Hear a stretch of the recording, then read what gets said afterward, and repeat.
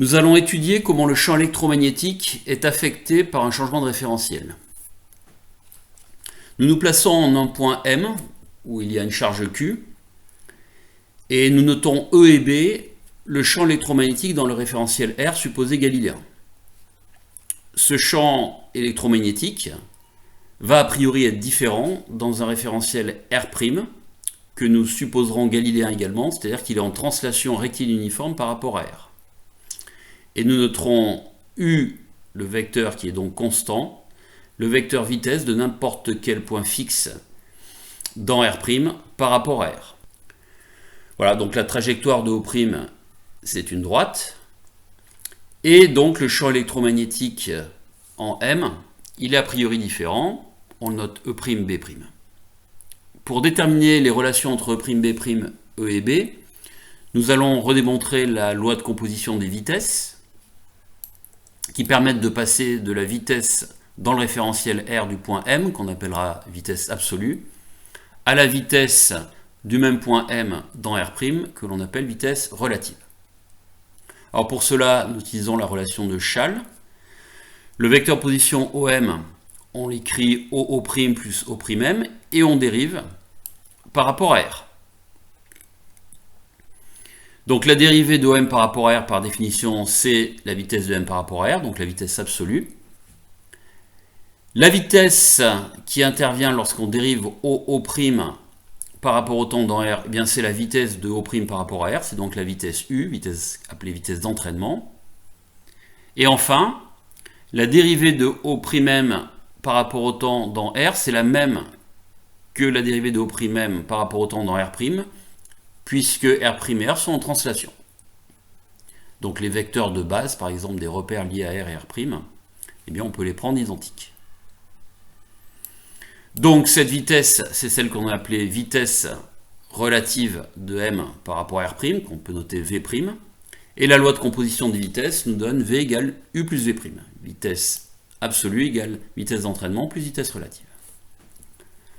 Alors maintenant, revenons au champ électromagnétique, et pour trouver la relation entre le champ électromagnétique dans R' et celui dans R, nous allons utiliser le fait que la force de Lorentz dans deux référentiels galiléens doit être la même. La force ne doit pas dépendre du référentiel.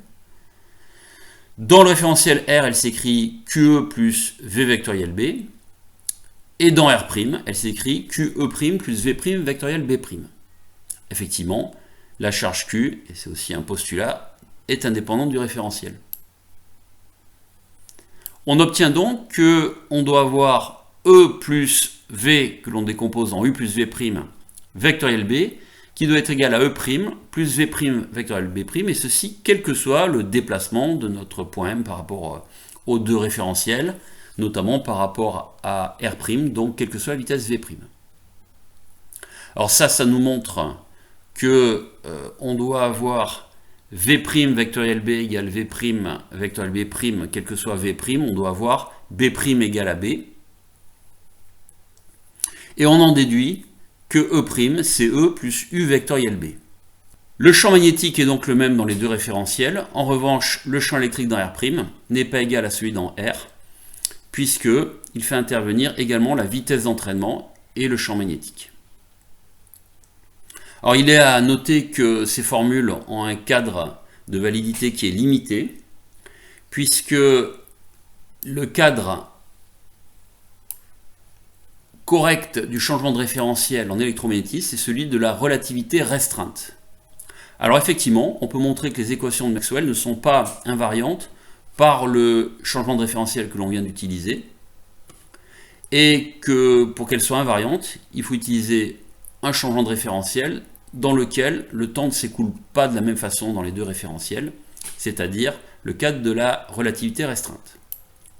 Alors on peut montrer en choisissant la vitesse d'entraînement portée par EX', en introduisant le coefficient gamma, qui vaut 1 sur racine de 1 moins U sur C le tout au carré, où C c'est la vitesse de la lumière dans le vide, que les formules correctes sont les suivantes.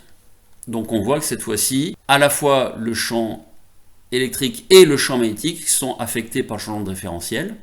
Alors néanmoins, on retrouve que si la vitesse d'entraînement est très petite devant la vitesse de la lumière, on fait des développements limités ici, on peut même considérer que gamma est égal à 1, et on retrouve les formules établies précédemment dans le cadre de la mécanique classique. Alors ces formules ne sont pas à retenir, par contre, il faut retenir que l'application simultanée des équations de Maxwell et de la mécanique classique peut poser problème. En réalité, seules les équations de Maxwell-Thomson et Maxwell-Faraday sont invariantes par un changement de référentiel classique.